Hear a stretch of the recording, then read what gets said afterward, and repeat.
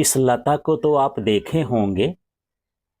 ये आगे की ओर बढ़ती है, नाड़ जैसे ये आगे की ओर चलती जाती है। इसका जो पत्ता होता है ये बिल्कुल ऐसे दिल के आकार का होता है।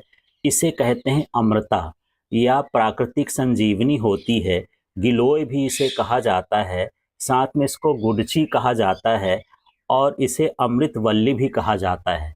अब इसके नाम के पीछे देखिए, प्राकृतिक संजीवनी इसको क्यों कहते हैं, इसके उपयोग समझते हैं, गुण समझते हैं और किस तरह से इसका इस्तेमाल करना चाहिए वो समझते हैं।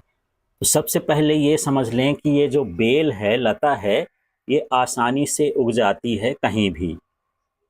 और ये पेड़ों का सहारा लेके या किसी का सहारा लेकर के कोई भी चीज़ इसमें जैसे रस्सी लगा दें और कुछ चीज़ लगा दें तो उसके हिसाब से ये चढ़ती जाती है।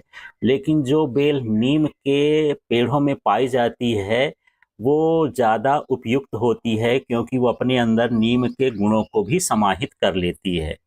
अब बात करते हैं ये किन किन बीमारियों को ठीक कर सकती है और ये कैसे हमारे लिए उपयोगी है।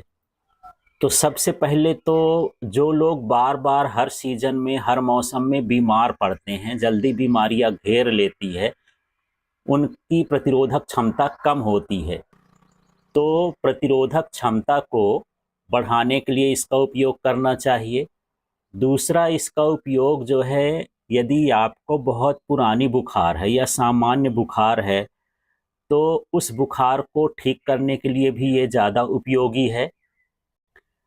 यदि पाचन संबंधी समस्याएं हैं तो भी इसका उपयोग आप कर सकते हैं। लीवर में दिक्कत है तब भी आप इसका उपयोग कर सकते हैं।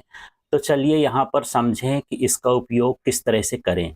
तो इसका उपयोग जो है 3 तरीके से किया जाता है। एक तो इसका काढ़ा बनाते हैं, दूसरा इसका रस निकालते हैं, तीसरा इसका जो है चूर्ण बनाकर उपयोग किया जा सकता है। मुख्यतः इसका तना उपयोग किया जाता है। जैसे ये नया तना है, इसका उपयोग नहीं किया जाता है। हमको करना है पुराने तने को, जैसे ये मोटा हो जाए इतना, देख लीजिए लगभग इतना मोटा हो, ये मोटा हो के उंगली के आकार का भी हो सकता है। इसमें हमको नाप करके एक बीता, ये लगभग 8-9 इंच जो है इसका डंठल हमको काट लेना है।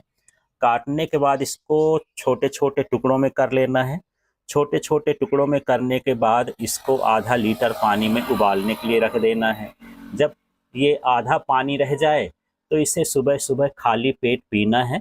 अपने स्वाद के लिए इसमें तुलसी, अदरक, मिर्च आदि मिला सकते हैं तो और फायदा होगा। शहद के साथ इसको ले सकते हैं, थोड़ा सा इसका स्वाद कड़वा हो सकता है। तो ये तरीका हो गया काढ़ा पीने का। दूसरा तरीका, हम रस की बात करते हैं। अब यदि आपको इसका रस बनाना है तो इसको भी एक बीता का मतलब है जिसको आप दे रहे हैं उसके बित्ता में। यदि बच्चे को दे रहे हैं तो बच्चे के बित्ता में, यदि बड़े को दे रहे हैं तो बड़े के बित्ता में। उतना ही उसको फायदा करता है, ज़्यादा नहीं देना है। एक बित्ता इसको काट लें, इसको छोटे छोटे टुकड़े कर लें और इसको जो है कूट कूच लें और इसको अच्छे से कूच लें, जैसे सिलौटी वगैरह में कूचते हैं, बांटते हैं या खलबट्टे में, इस तरह से बांट लें।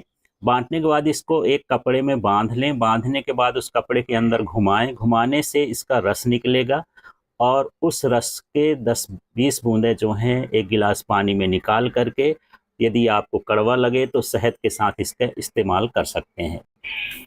वैसे इसका डंठल काफ़ी समय तक ये हरा बना रहता है यदि आप काट कर कभी रख देंगे तो। लेकिन इसको सुखा करके आप चूर्ण बना सकते हैं और उस चूर्ण को भी जो है सुबह शहद के साथ खा सकते हैं, तो भी ये आराम करता है बीमारियों में। इसके अलावा यदि आपके मुंह में दुर्गंध आ रही हो तो छोटा सा टुकड़ा लेकर के इसको आप चबा भी सकते हैं। अगला तरीका है इसके सत्व का उपयोग। इसके लिए एक बीता इसको काट लें। काटने के बाद इसको कूट लें। कूटने के बाद इसको पानी में भिगे रहने दें रात भर और इसके बाद उसको छान लें। छानने के बाद इसको आधा घंटा रख दें तो आप देखेंगे नीचे एक सफ़ेद सफ़ेद परत बन जाएगी। पानी को हल्का सा निकाल दें, उस परत को शहद के साथ मिला करके खा सकते हैं। तो इस तरह से इसके उपयोग होते हैं। आप सामान्य गिलोय का भी उपयोग कर सकते हैं यदि नीम वाली नहीं मिलती है तो। अगले वीडियो में हम बताएंगे कि किस तरह से इसका काढ़ा बनाएंगे, रस बनाएंगे, सत्व बनाएंगे, चूर्ण बनाएंगे। तो आप इसी तरह से इस चैनल को सब्सक्राइब कर लें और इस चैनल के साथ जुड़े रहें।